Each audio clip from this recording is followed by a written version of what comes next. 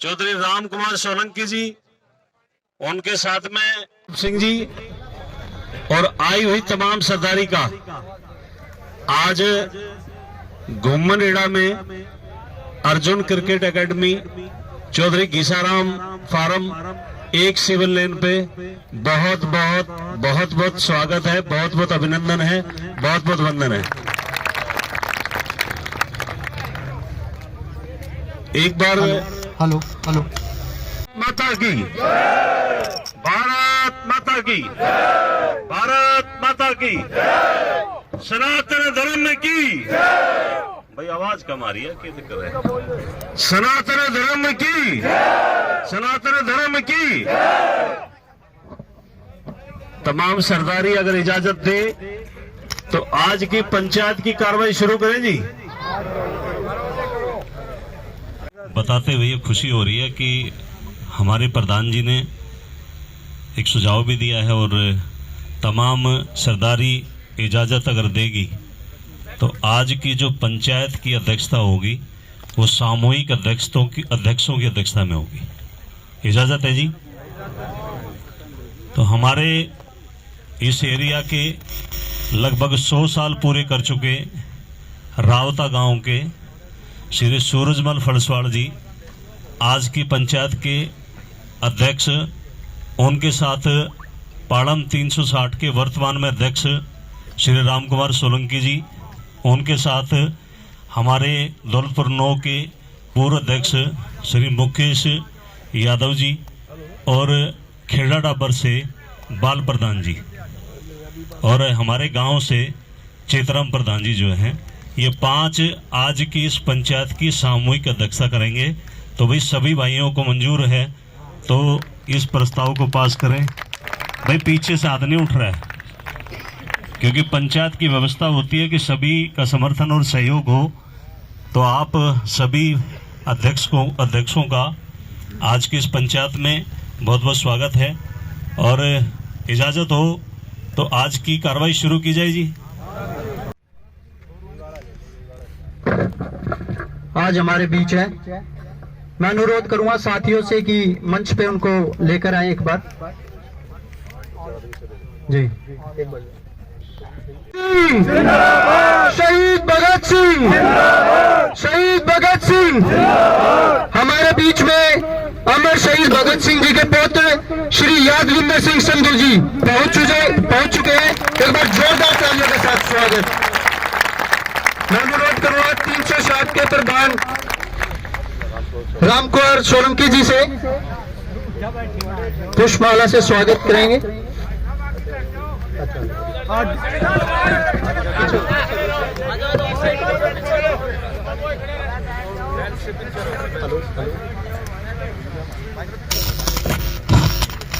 एक बार जोरदार तालियों के साथ स्वागत यादविंदर सिंह संधू जी का।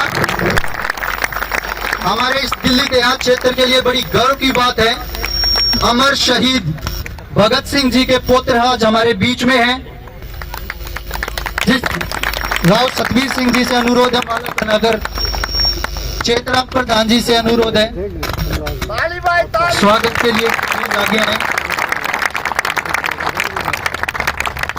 तालियां बजती रहे भाई, तालियां बजती रहे। भारत माता की, भारत माता की, इनकलाब इनकलाब इनकलाब जिंदाबाद।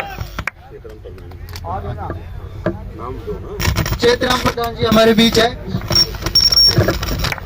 एक बार जोरदार तालियों के साथ स्वागत।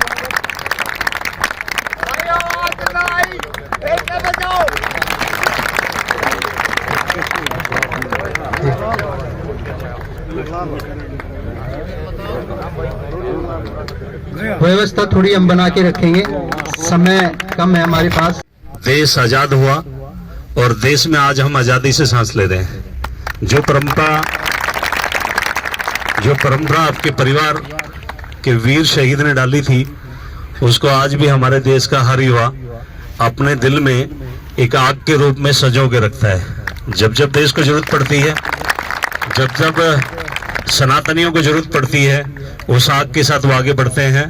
मेरे साथ सभी नारा लगाएंगे, अमर शहीद भगत सिंह, शहीद आजम भगत सिंह, शहीद आजम भगत सिंह, भारत माता की, भारत माता की, भारत माता की।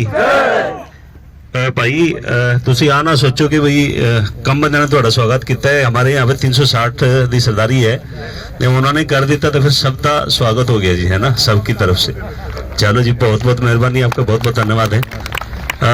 मैं अगर पंचायत इजाजत देगी, क्योंकि आपके प्रोग्राम लगे हुए हैं और आज हमें इस चुनाव विचार रखो जी। हेलो,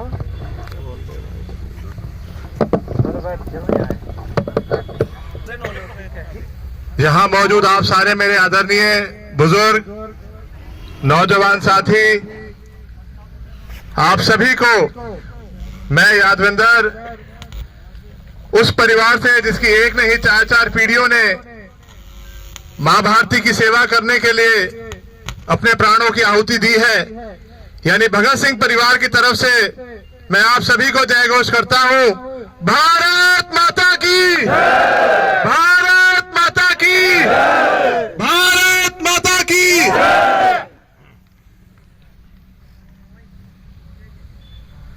आज यहां आने का जो एक विशेष कारण है, वो मेरे साथ यहां खड़े हैं आदरणीय भाई राव सतबीर सिंह जी, जिन्होंने, आप सबने वो गीत सुना होगा भगत सिंह जी का, मेरा रंग दे बसंती चोला, मेरा रंग दे बसंती चोला, जिस चोले को पहन के निकला हम मस्तों का टोला।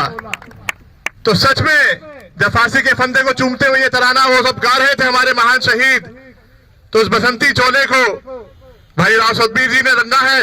आप देख सकते हैं उस रंग में रंगे हुए हैं, 20 साल से आपके बीच में सेवा कर रहे हैं।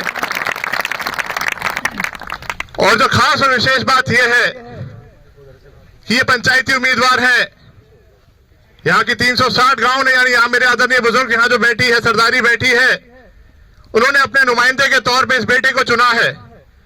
और ये सबसे अच्छी बात है, ये आपके बीच में है, किसी पार्टी का नहीं है। इसके ऊपर यानी राव साहब के ऊपर का दबाव रहेगा, ना बीजेपी का, ना आम आदमी पार्टी का, ना कांग्रेस का। अगर इन पे दबाव रहेगा तो सिर्फ आपका रहेगा, आपके प्यार का दबाव रहेगा, आपके सम्मान का दबाव रहेगा।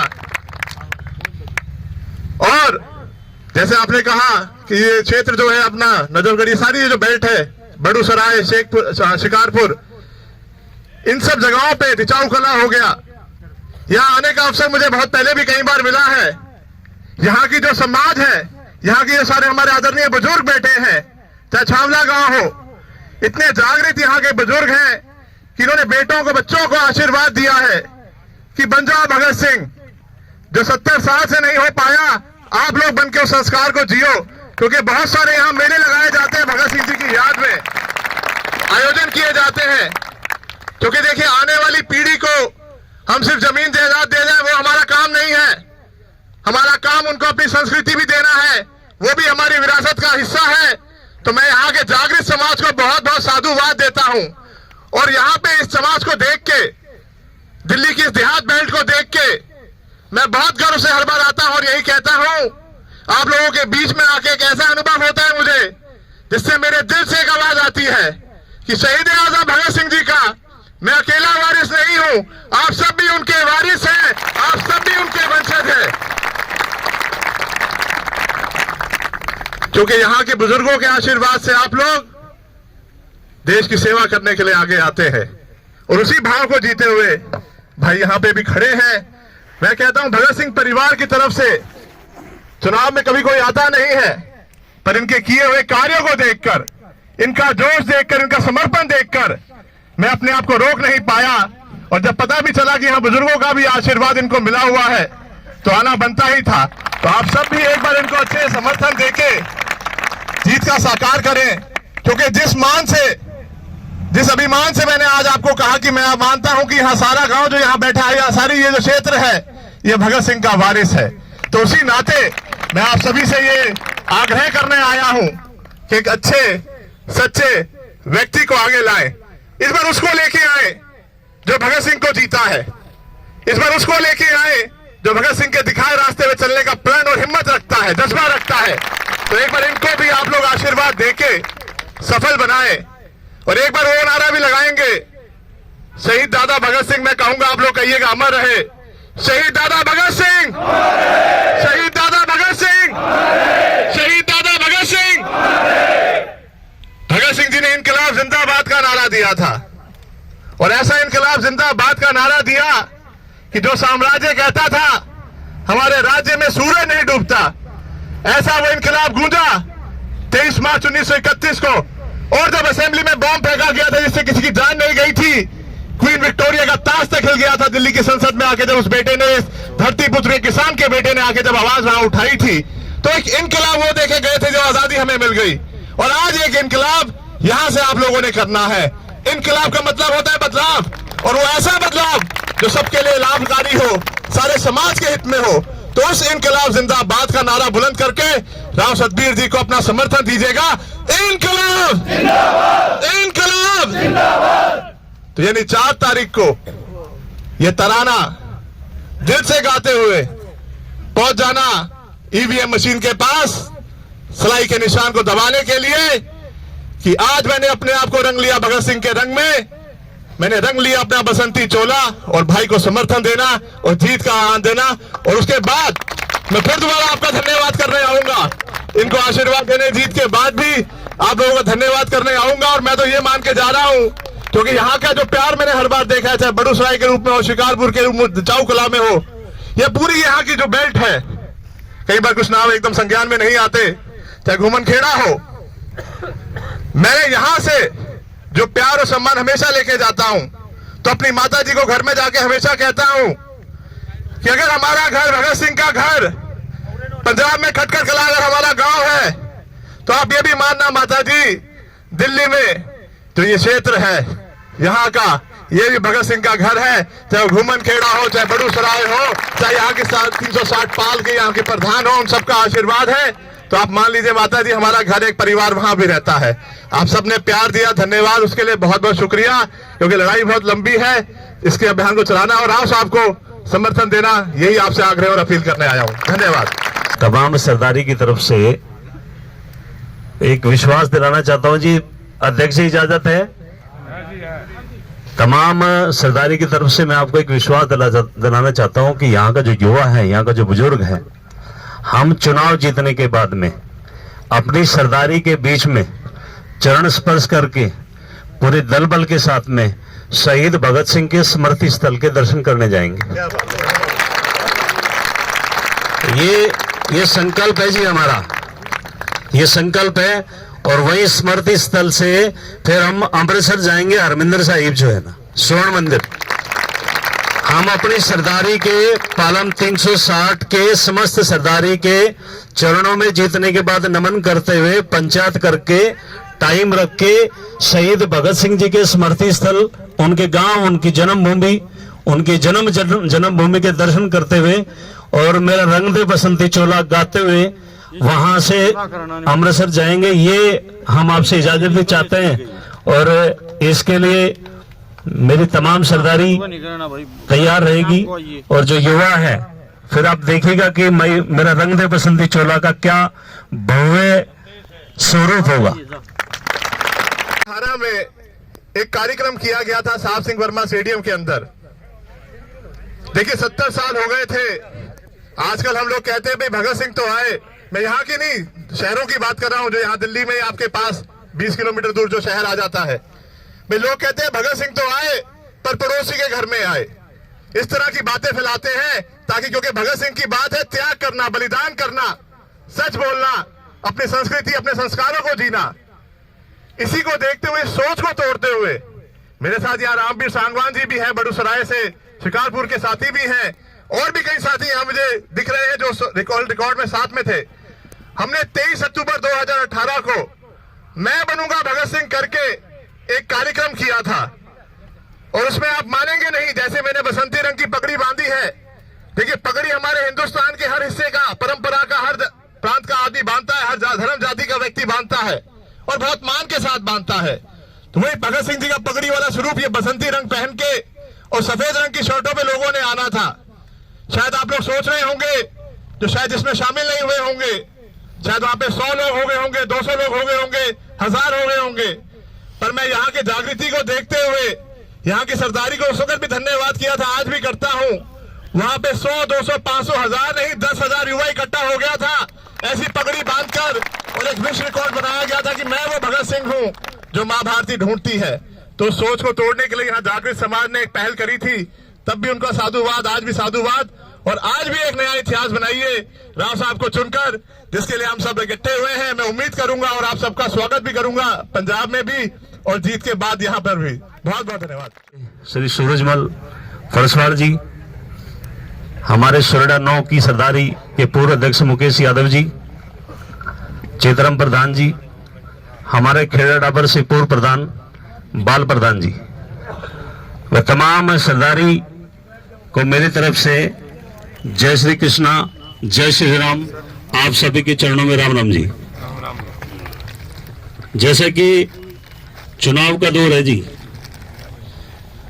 चुनाव में तमाम तरह की बातें हुई, क्योंकि आज प्रचार का आखिरी दिन है और इस चुनाव प्रचार के दौरान हमें तरह तरह की बातें, तरह तरह की समस्याएं, तरह तरह की जो विपत्तियां थी वो हम लोगों के सामने आई।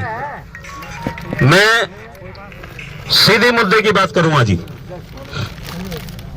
जब से देश आजाद हुआ, हमारे नजफगढ़ दिल्ली देहात में विकास के नाम पे, योजनाओं के नाम पे हमें 100 करोड़ में से 2 करोड़ रुपए मिलते थे जी। सिर्फ वहां से 100 करोड़ चलते थे तो 2 करोड़ हमारे हिस्से में आते थे, वो तमाम पैसे वापस जमा हो जाते थे। आज हम ये जो चुनाव लड़ रहे हैं, ये काम के लिए, परिवर्तन लाने के लिए, पूरे दिल्ली देहात का, नजफगढ़ देहात का जो युवा है उसकी सभी समस्याओं को दूर करने के लिए लड़ रहे हैं। इस चुनाव में जीतने के बाद में हमारी जो सबसे पहली इस क्षेत्र के लिए काम होगा, वो तमाम उन जरूरतमंद भाइयों के लिए जो सीनियर सिटीजन है, जिनकी पेंशन नहीं हुई है। हमारा लक्ष्य होगा कि 2 महीने में उन सभी भाइयों को हम वो पेंशन करवा के दें। जो भी हमारी विधवाएं बहुएं हैं, जो हमारी बहनें हैं, हमारी जो बेटियां हैं, उनकी तमाम उन परेशानियों को देखते हुए हमने सबसे पहले ये सोचा है कि वो हम पेंशन जरूर करवाएंगे उनकी। दूसरा, इस क्षेत्र में एक साउथ वेस्ट कैंपस यूनिवर्सिटी, बड़ी यूनिवर्सिटी कराने का हमारा संकल्प है, क्योंकि हमारे यहाँ पे जब भी कोई भाई, कोई युवा साथी 12वीं पास करता है, उसको पढ़ने के लिए या तो धौला कुआं जाना पड़ता है या रजौरी गार्डन जाना पड़ता है। दिल्ली में 2 ही कैंपस है, नॉर्थ कैंपस और साउथ कैंपस। ये भारत सरकार से हमारी मुख्य मांग होगी और हमारा लक्ष्य होगा कि इस लक्ष्य को हम 1 साल के अंदर पूरा करवाएं। तीसरा, इस बनवाने का हमारा एक लक्ष्य है, संकल्प है, वो भी हम पूरा करवाएंगे। चौथी, जो देहात की, हमारे पूरे डाबर क्षेत्र की बहुत बड़ी समस्या है, हमारे रावता और आसपास के तमाम गांवों में जो सीवरेज और नालों का पानी भरा हुआ है। हमने 6 मार्च को यहां से घोषणा की थी कि हम 360 दिन में उसको पूरा कराएंगे, और हम उस काम को लेके एक दिन भी सोए नहीं है। आज भी वो लक्ष्य हमारा ज्यों का त्यों है कि हम उसको 365 दिन में पूरा करा के देंगे। ये हमारा संकल्प है। सरकारों को घुटने पे ले आएंगे इस काम के लिए, सरकारों को सोने नहीं देंगे इस काम के लिए, क्योंकि हम जवान और यहाँ के किसान उस सीवरेज वाले नाले के पानी के साथ में जीने के लिए जिंदगी नहीं जी रहे हैं। हाँ, यहाँ का पर्यावरण और यहाँ का जो जो यहाँ का वातावरण है वो इतना दूषित हो चुका है कि वो मेन समस्या है, उसको हम 365 दिन के अंदर निश्चित तौर पे दूर करवाएंगे। दूसरा, निगम के जो स्कूल हैं, जो भी निगम के स्कूल हैं, उन स्कूलों में, सभी स्कूलों में सैनिक स्कूल के पैटर्न पे पढ़ाई लिखाई की व्यवस्था हम कराएंगे, ये हमारा संकल्प है। चौथा, जो दिल्ली सरकार चुनाव लड़ रही है ना जी, फ्री फ्री के झांसेबाज, उसकी अकल ठिकाने लगाएंगे जी, पक्का बिल्कुल। उसका दिमाग ठिकाने लगाएंगे बिल्कुल, क्योंकि वो कहते हैं भाई कूड़े के पहाड़ हटाएंगे। पिछली सरकारों ने यहाँ पे घूमने में कूड़े के पहाड़ डालने का कार्यक्रम पास कर दिया था, हमने वो होने नहीं दिया। हमारी पारम 360 की सरदारी बैठी है, वो काम हमने सरकार को घुटने पे लाके रद्द करवाया था। दूसरी बात यह है कि तमाम डाबर क्षेत्र में सरकारों की तरफ से जो भी बड़ी योजनाएं होंगी, जो भी यहाँ पे नीतियां बनेगी, वो हमारी पालम 360 की सरदारी और तमाम डाबर क्षेत्र की सरदारी तय करेगी कि यहाँ पे किस तरह के काम होने चाहिए और क्या यहाँ पे योजनाएं और क्या यहाँ पे नीतियां लागू होनी चाहिए जो है। चौथा यहाँ पे जो सभी को साथ लेके सभी का काम करने का हमारा संकल्प है। हर गांव के अंदर हमारे जो साथी होंगे वो वहां की समस्याओं को लिख के वहीं पे आकर हम दूर करेंगे जो उनको। ऐसा नहीं होगा कि जैसे ये नेता लोग जो है ना जी, इनको फोन करे जाओ, फोन नहीं उठाते और उनके घर के चक्कर लगाते रहो, पानी के टैंकर काट देते हैं, किसी का काम नहीं करते, सड़कें नहीं बनती, नालियां नहीं बनती। तो ये तमाम तरह की इस तरह की बातें हैं जी, जो जितने भी मेरे साथी बैठे हैं वो उन सभी कामों की जिम्मेवारी लेके हम वहीं उस गांव के अंदर वहीं पे पूरी करेंगे। दूसरी बात यह है कि जो ये हमारे सांसद और जो विधायक है ना विवर्तमान में, इन लोगों को अब यहां इस डाबर क्षेत्र में काम करना पड़ेगा, ये तय है,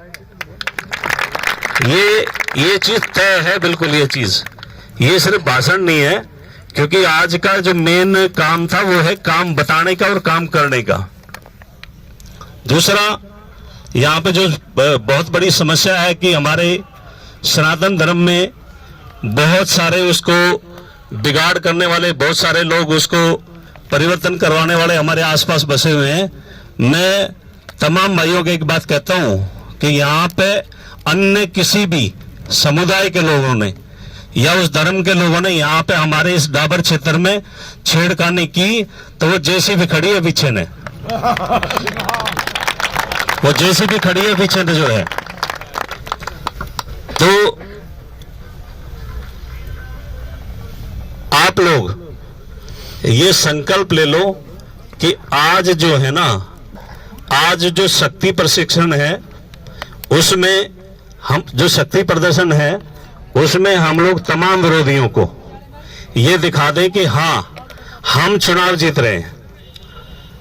क्योंकि आज का चुनाव इस क्षेत्र के परिवर्तन का चुनाव है। आज का चुनाव इस युवाओं के, इस क्षेत्र के युवाओं का भविष्य का चुनाव है। 4 तारीख का चुनाव, निगम का चुनाव, इस क्षेत्र में बड़ी यूनिवर्सिटी, बड़ा विश्वविद्यालय लाने का चुनाव है।